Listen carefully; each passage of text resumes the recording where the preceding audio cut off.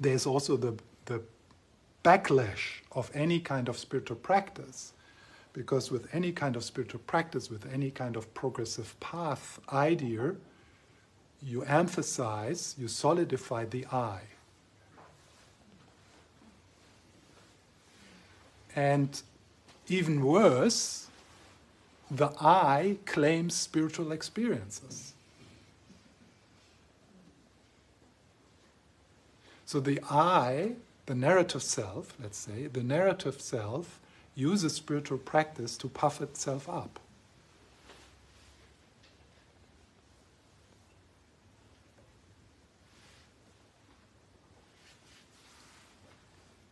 Ask me again in 10 years.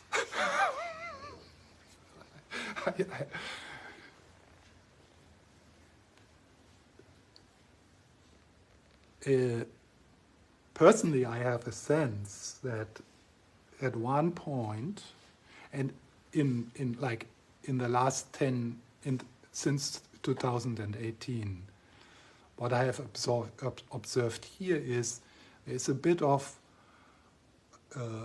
kind of rhythm of sometimes going more into the progressive path practices,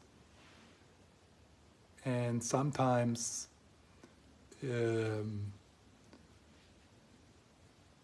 just being here, not knowing where here is, not knowing who is here. And I don't know why that is happening, but I have a sense that it could be at one point that it is necessary to really be here.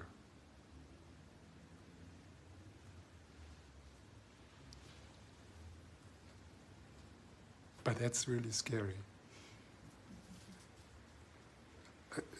And for me, one of the fears is how do I get my food if I'm just here? Because then I have nothing to say.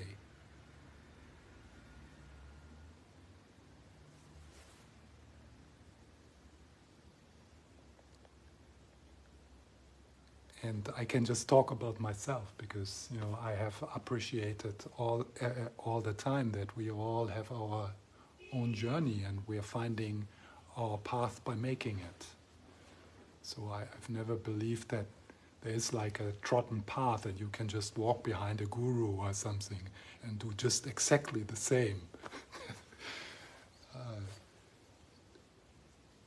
Definitely, I never believed that.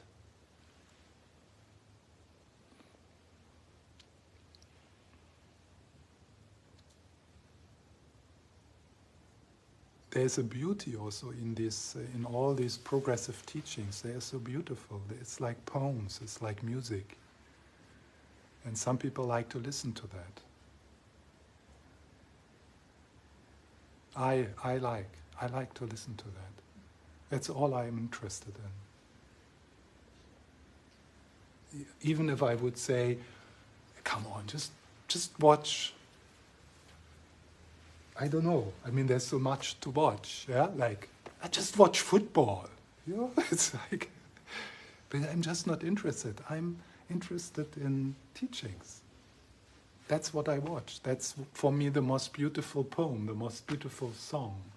I love to watch teachings. I love to watch other teachers. It's a piece of art for me.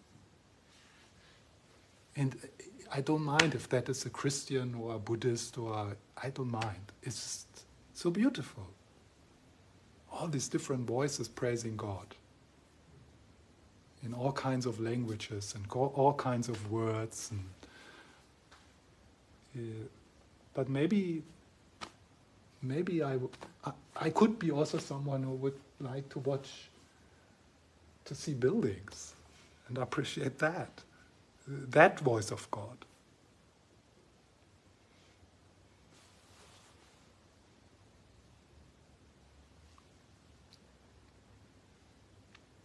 So I don't want to encourage anyone. and there is a no. There's a kind of premature letting go of the seeking. It's like, okay, I just stopped seeking. No, the seeking stops when you are when you found. Then the seeking stops. It's not like a decision. Okay, I just stop practicing. I have intellectually I have understood this. So practicing, I solidify the sense of I solidify the sense that this is not it. I need to practice to get there. I just stop it, and I'm deeply dissatisfied. Yeah.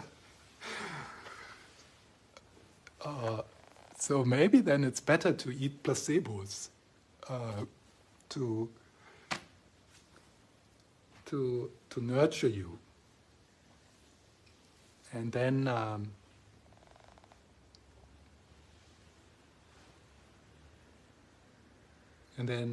waiting.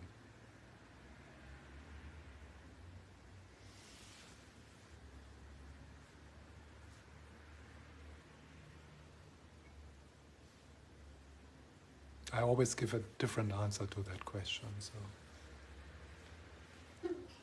depending on what is happening here.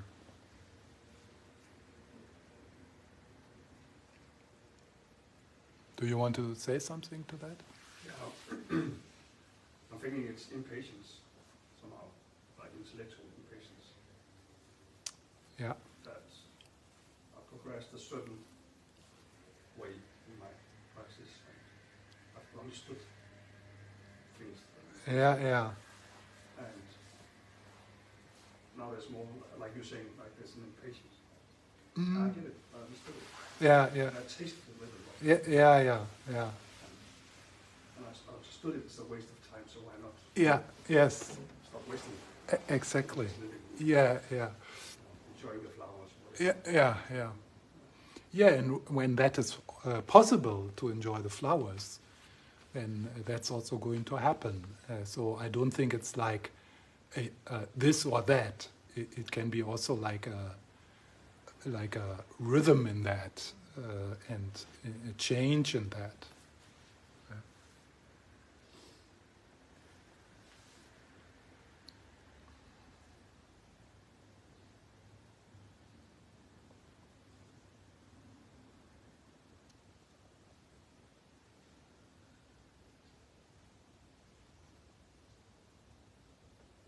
It's not.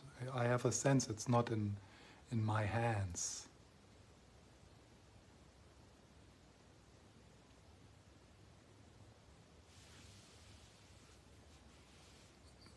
If there would be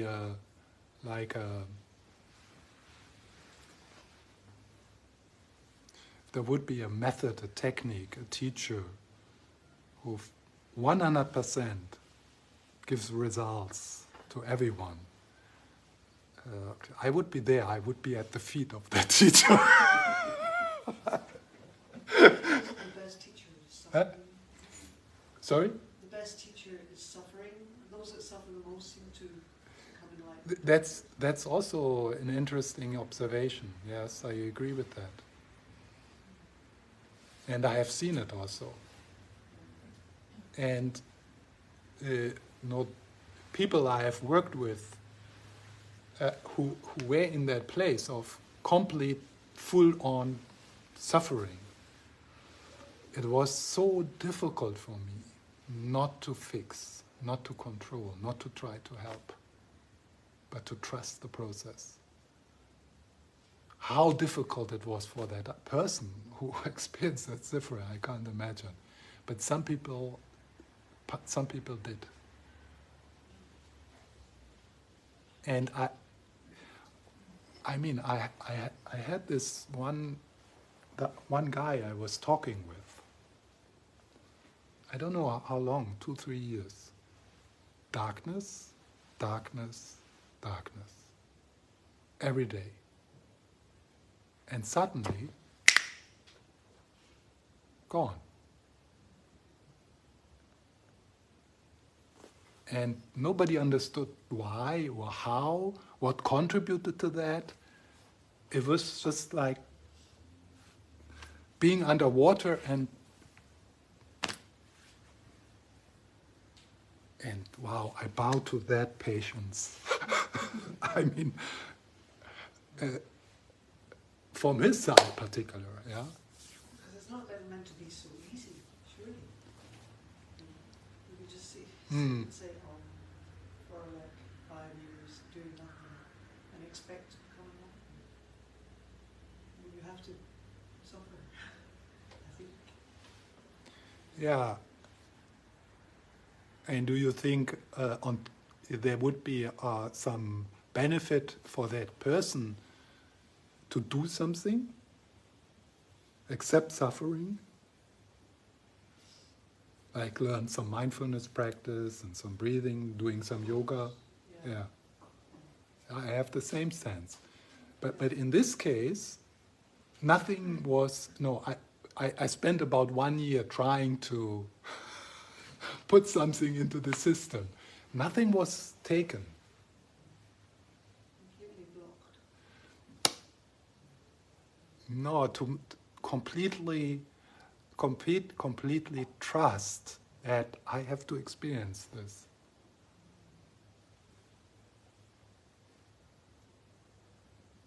Maybe there is a knowing anyway. Yeah.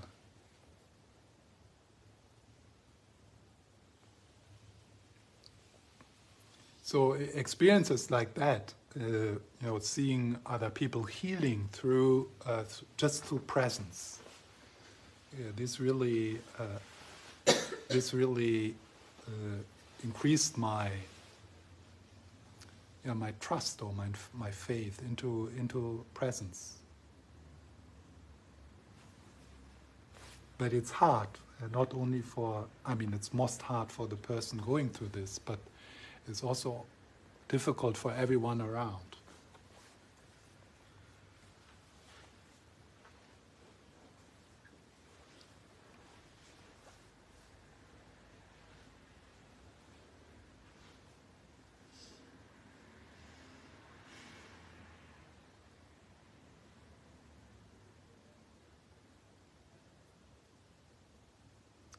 So is there something else? Particularly if what I just said didn't make any sense at all.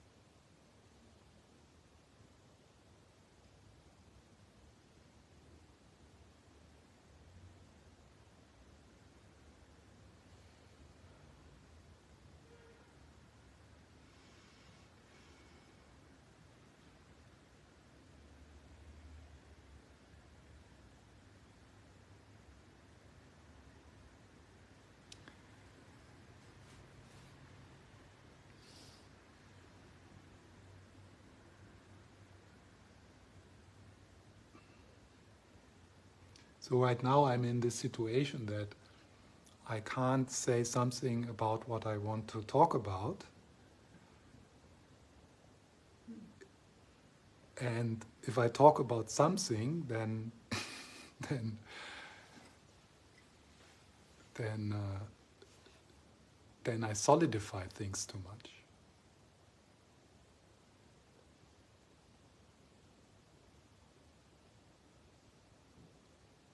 So that what I want to share, I can't talk about. It's undescribable, ungraspable.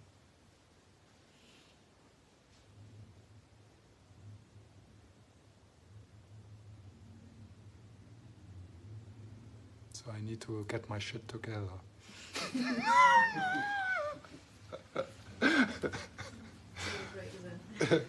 Yeah, that's always good. As a meditation teacher, I can always take a break, or I can say, so let's meditate. Yeah.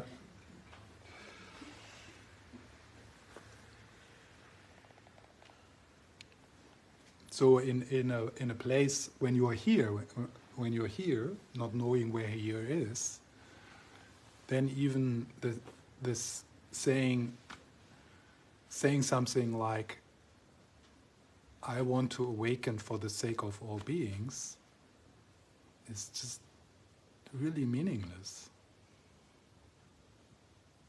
Because I say "I" and then it's already gone.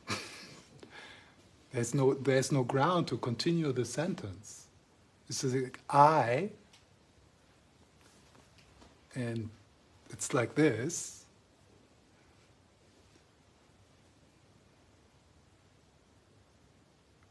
So what to say?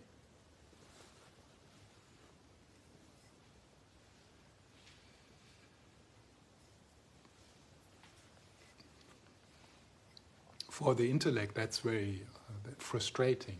Yeah.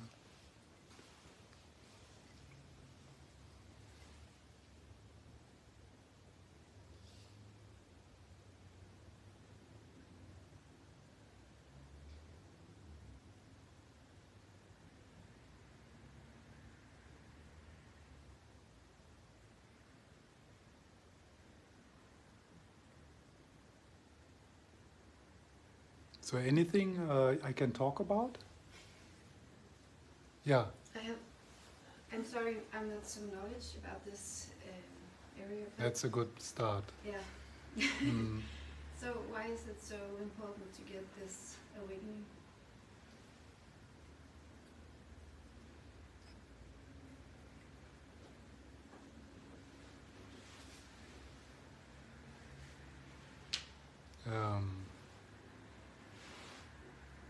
What is important to get for you? The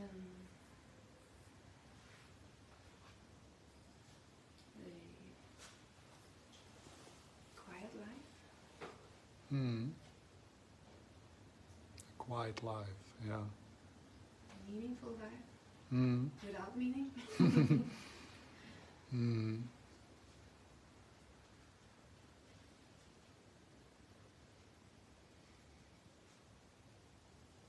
Do you have a quiet life or Not right now. not right now? Mm.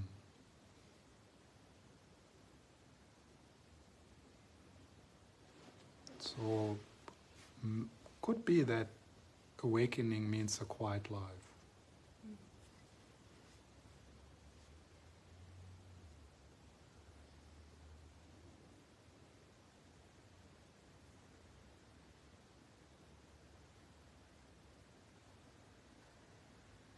I mean, so if you would ask around many, there's many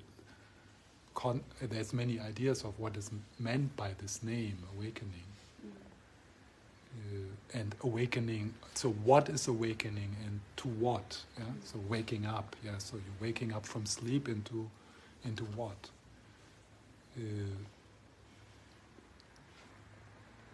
But quiet life sounds good, sounds very good for me. So that would be waking up from a restless life, busy life into the quiet life. And that would be, it would be also coming with the recognition nothing in your life needs to change to have a quiet life. So maybe you think, oh, in order to have a quiet life in the future, because I don't have a quiet life now, I need to move into the countryside and I need to work less. But you can have a horrible, busy life somewhere alone in the countryside, because it's internal. Yeah.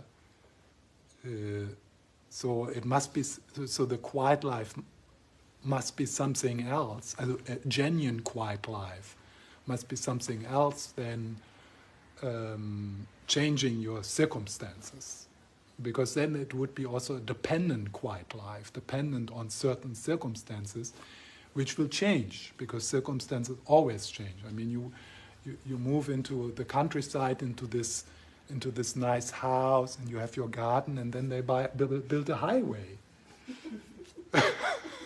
Just there. And somehow life always does that. Yeah.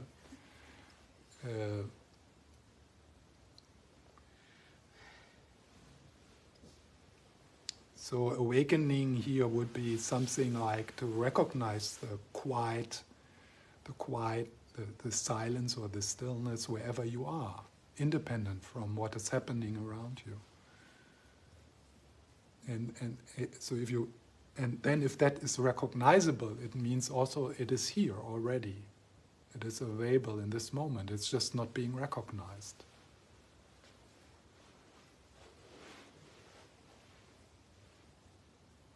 And also, there's all kinds of maps of awakening, but I don't think awakening is this one thing.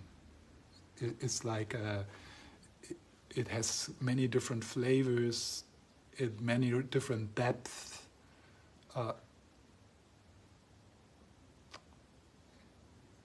And it's a process. And so, for example,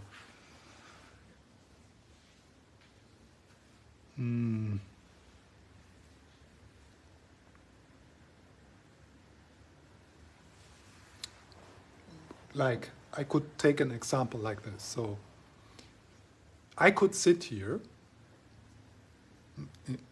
right now, and I could feel very, very uncomfortable. I could feel, wow, they all, I don't think they get what I'm saying. I think they feel I'm stupid. Oh shit, what I'm going to do now? They are not coming, they will not come back. Yeah, so I could sit like this. Yeah. And in fact, some of you think like that. Yeah.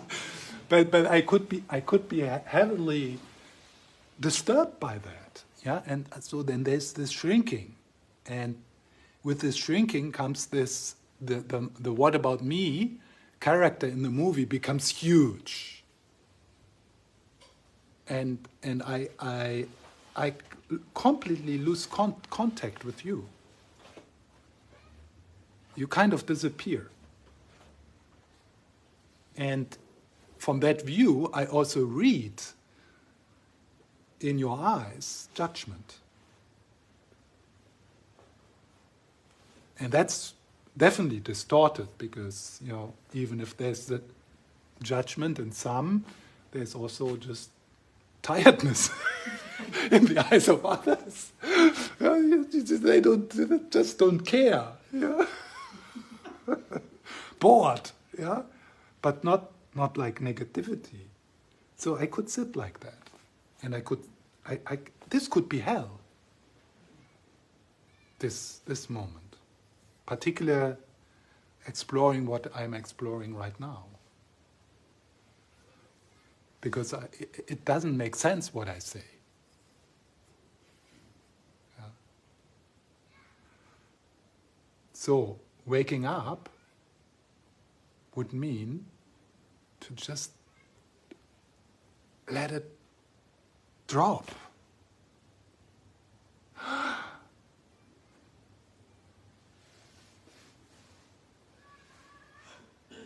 And completely different situations. Suddenly, I'm in the same place. Suddenly,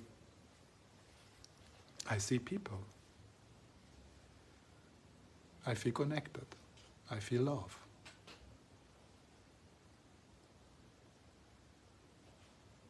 And it is recognized that there's nothing here to defend. You are me.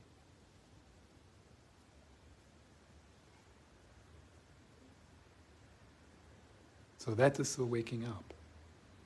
Waking up from the nightmare of self-centeredness into the aliveness of connectedness.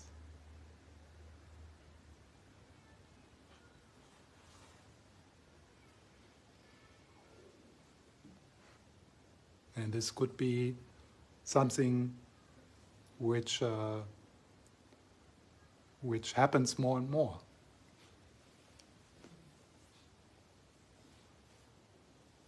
I was in hell the first 10 years of teaching. That's a long time. Yeah, here, that's suffering. Suffering is your teacher. And the only thing which kept me here was Lama Zopa. He just insisted. And somehow, I don't know how, for these years, I trusted his decision more than my own.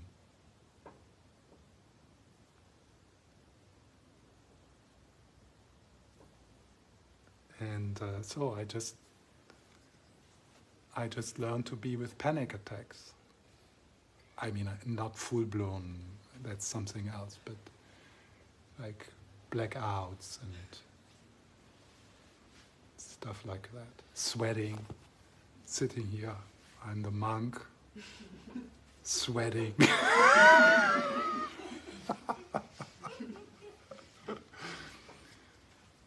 And so, talking about making suffering meaningful, yeah, which is part of the Lojong teaching, I'm an expert now to talk with people who have fear of public speaking.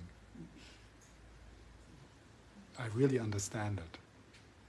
And I can share a little bit of what helped me. And also, I have the good message. It's a beautiful message. It can stop. It can completely stop.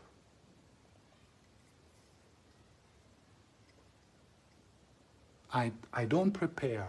I don't have any thoughts of, oh, on Friday I will go to Orbo. I start to think about it like an hour before, like yesterday when I came up with the topic of peace. But there's no anxiety in it. So it's definitely possible. And of course, the things I did, it's not maybe necessary the things which would help you, but it's something I can talk about with people, and I can at least appreciate how it feels, because I have been there. So that's like this is in the Lojong teaching, one of the benefits of suffering, making suffering meaningful, is the simple truth that it is our suffering, our struggle, which are the ground for genuine understanding of others, and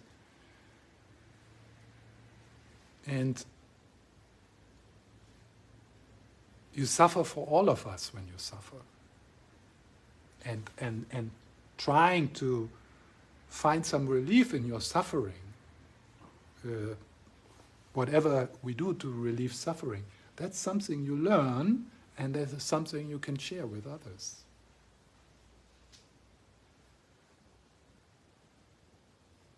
I mean, if you work with people, and we all in a way work with people, we can understand them because we have been in similar places. We know how it feels.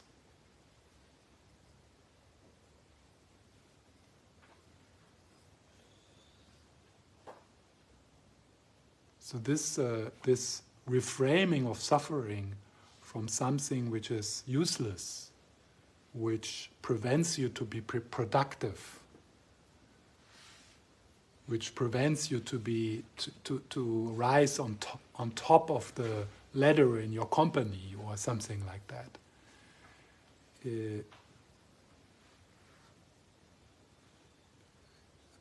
That's so harmful, that kind of thinking. It's an honorable job to suffer.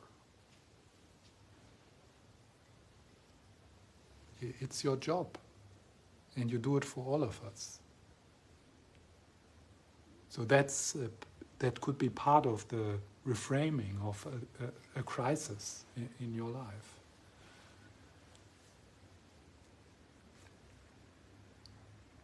Yes. knows you kind of answer to people. What did help you when you were a teacher?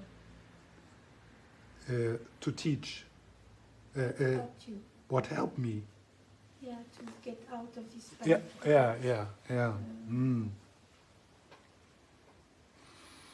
Feeling my feelings, that was the first. So probably you too remember. I know that was probably, it started to change. But for many years I had to start every teaching with sharing how I feel.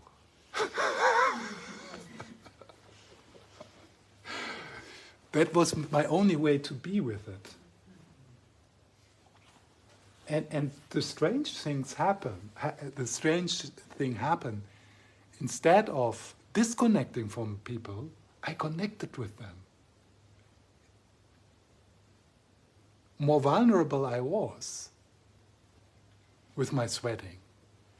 I for years I didn't dare to drink something during the teaching because it was like this. You know, I mean, that's horrible. You sit there, yeah, and yeah. Now I don't care. I mean, it's still sometimes like this, but I don't mind. I love. I like. I like shaking in people. It makes me tender. I like it.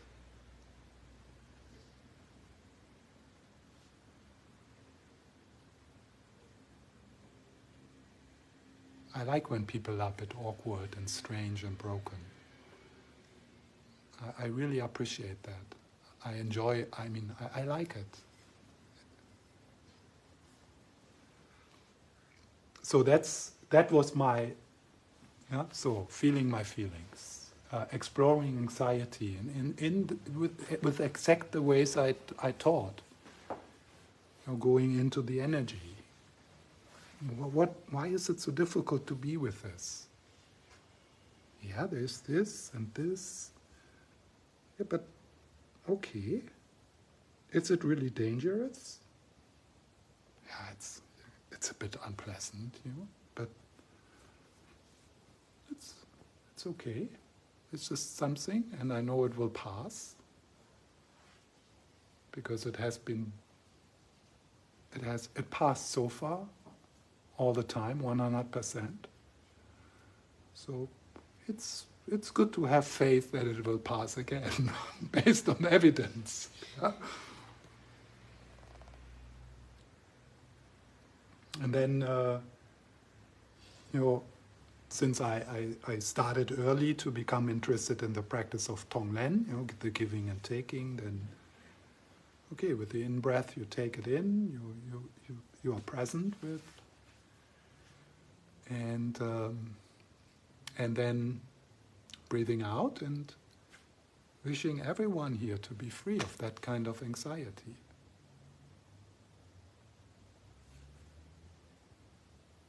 And so when that subsided a little, I actually started to miss it, because it was such a good way to connect with people. I must admit, I sometimes made it up even. Because it's really, to connect with people is about to be vulnerable, to show yourself. Yeah? Of course, I lose all the mindfulness, productivity, focus. It needs to be. They are all gone. They don't turn up. They think it's completely boring what I do. Yeah? But those who somehow continue to come is usually people who appreciate vulnerability. How come you didn't give up? Yeah, that was him. Him, only? Yeah. Not you? Yeah, I'm sure about that. because if I would have followed my own decision, I would be a hermit. That's what I'm born to. I'm a natural born hermit.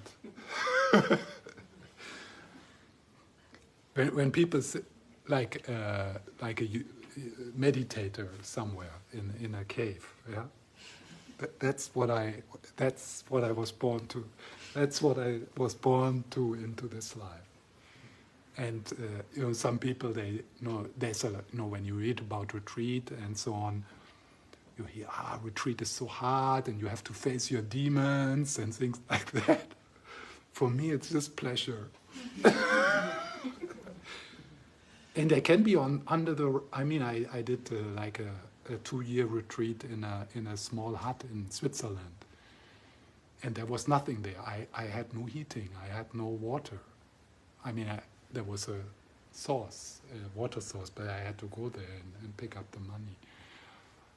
I had just very little food, the most simple, yeah?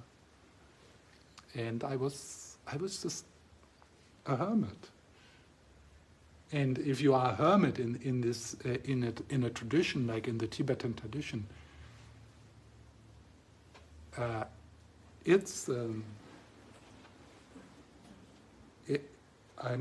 like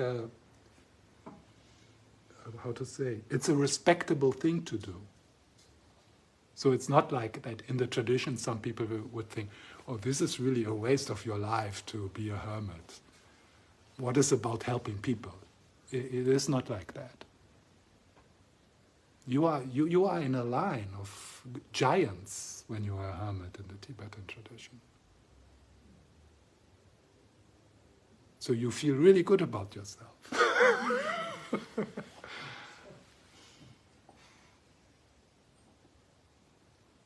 So,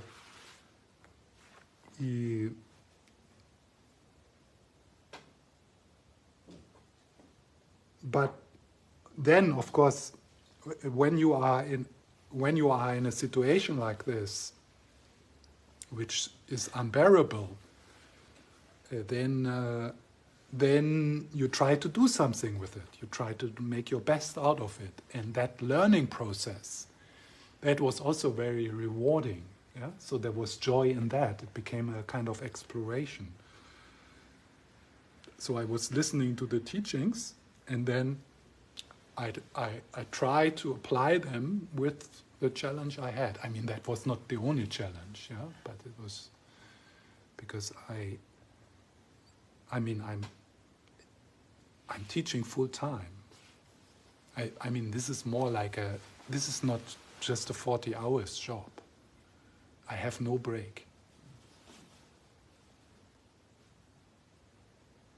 If you would look at my calendar, you wouldn't believe it. I have to look for a day where there was nothing.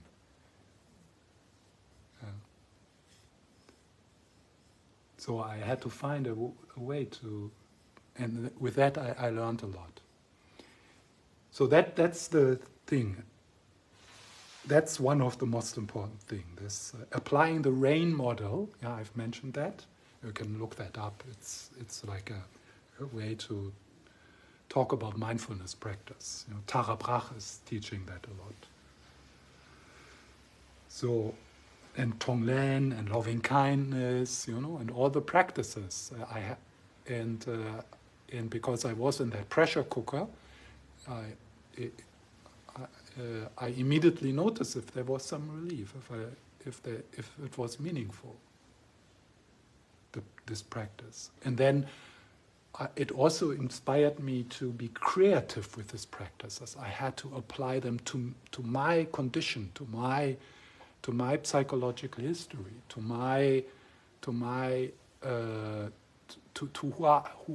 who this being is. So that's why some of the practices I teach now, the way I practice them, is different, and you would get it from other, like from teachers who would teach it in the way they have learned it. I'm not doing that. I'm teaching these practices in the way I benefited from them. And it seems for some people that's quite helpful. At least I encourage them towards that creativity.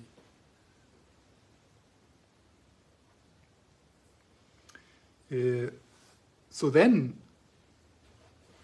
another thing was,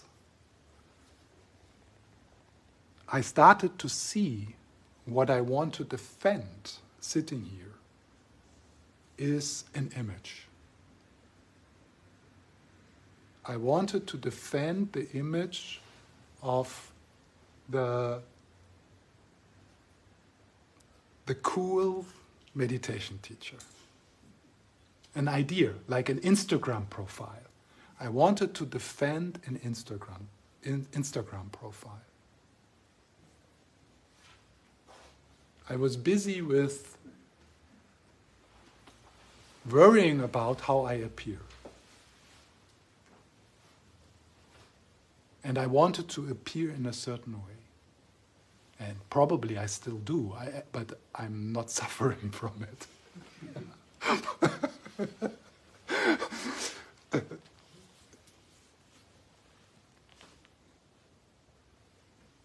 So that was like, shit. And sometimes when you recognize that,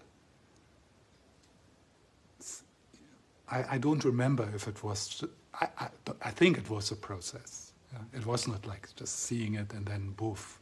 It was just a process. It was a process of slowly, and then how stupid, to think something like, oh, yeah, I'm a psychologist.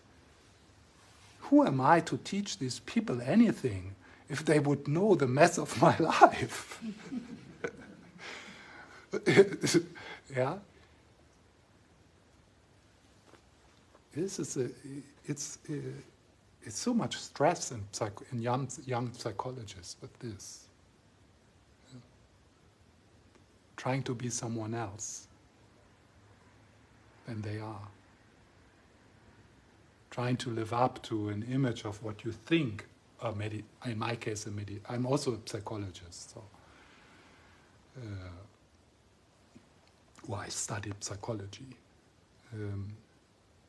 So then I realized how stupid that is. How unnecessary. Because actually the people I want to be around, or I want to have in the rooms where I am, is people who are tired of faking.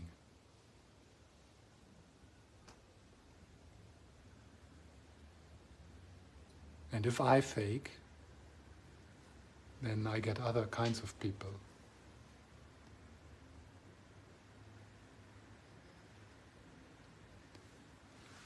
And so that was another, and that was also quite some years ago. And then a real shift happened then. And in that time, and this stopped about 2 years ago, or 1.5 years ago. In that time, I was always teaching was saying something like that. I'm experiencing anxiety, and I will experience anxiety, social anxiety, on and off for the rest of this life.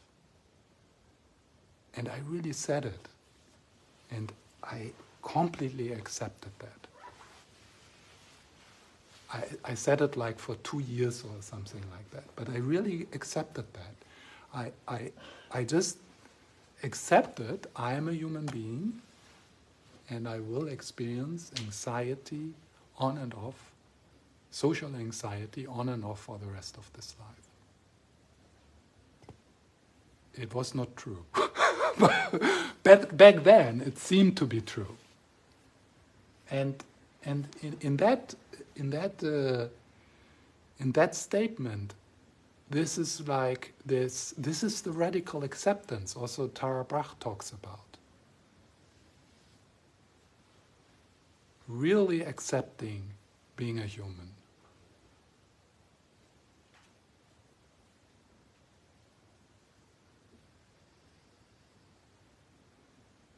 And then what then really made a difference, I think that in itself is, I think, part of that shift of really coming to a place where I was not only saying, I was saying it again and again, and that's of course it's such an amazing thing to sit here from that point of view. Because I'm a teacher who is learning what he's teaching.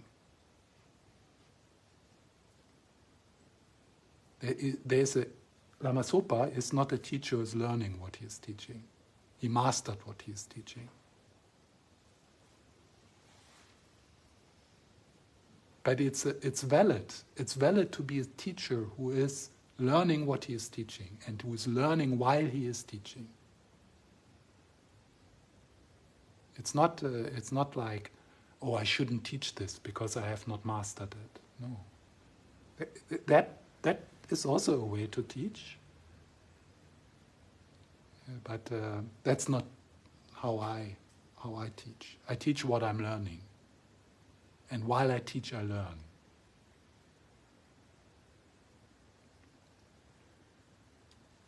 So what then what brought a shift, I don't know how it exactly happened. This is just speculation.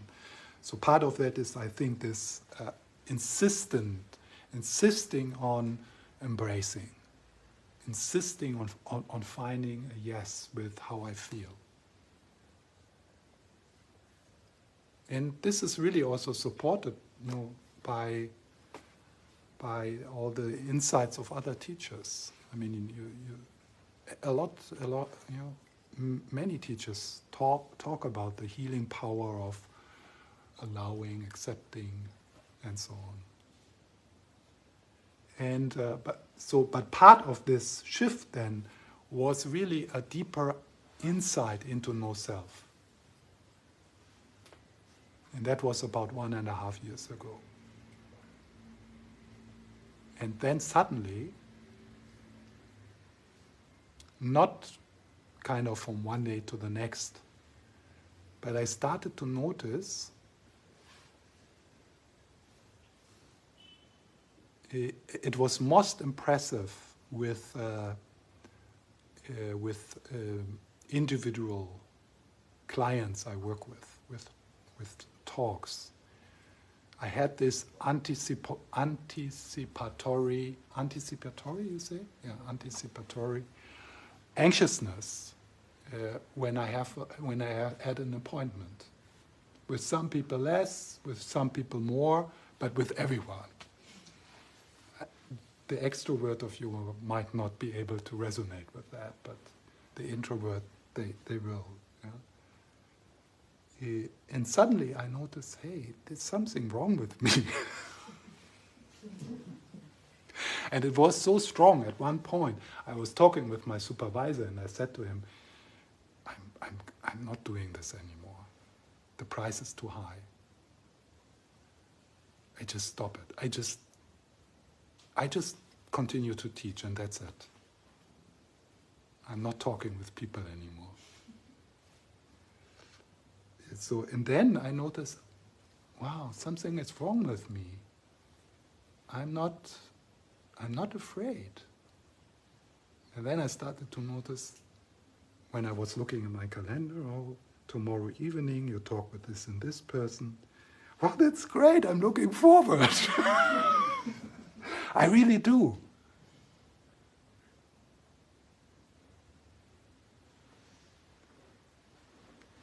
And this is amazing. No, because at one point I was thinking, this is so much you. This will be like this for the rest of your life, and there's some relief in it, yeah, in that. And then suddenly it's gone, and I was like 1 month. It's gone. 2 months. 1 year. Now 1.5 years, and who knows, maybe it will come back. So that and it has to do with like some little shifts in my insight into no self.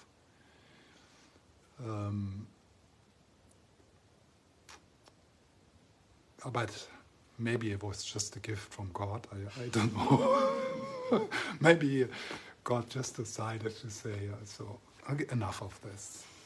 There's other challenges you can learn from.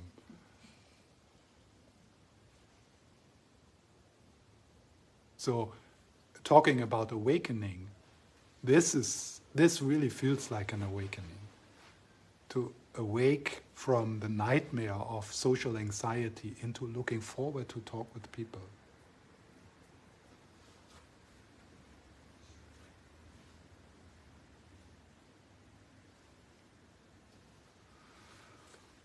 So it's like it don't have to be your whole life is an awakening, but it could be themes in your life. Yes. Okay, that makes sense. Yeah, and themes and also levels of your beingness. Yeah, so like, so we are so multi-dimensional processes, and a lot of them is not even conscious. Yeah, so that's why I have a sense that awakening of the different themes and of the different wounded aspects of myself and things like that. That is an ongoing journey, but you start to notice that you travel a bit lighter. I definitely, since 1.5 years, I definitely travel lighter. And there's still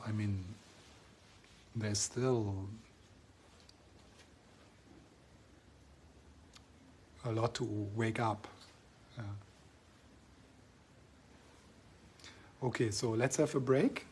Thank you for making me talk. Yeah. That's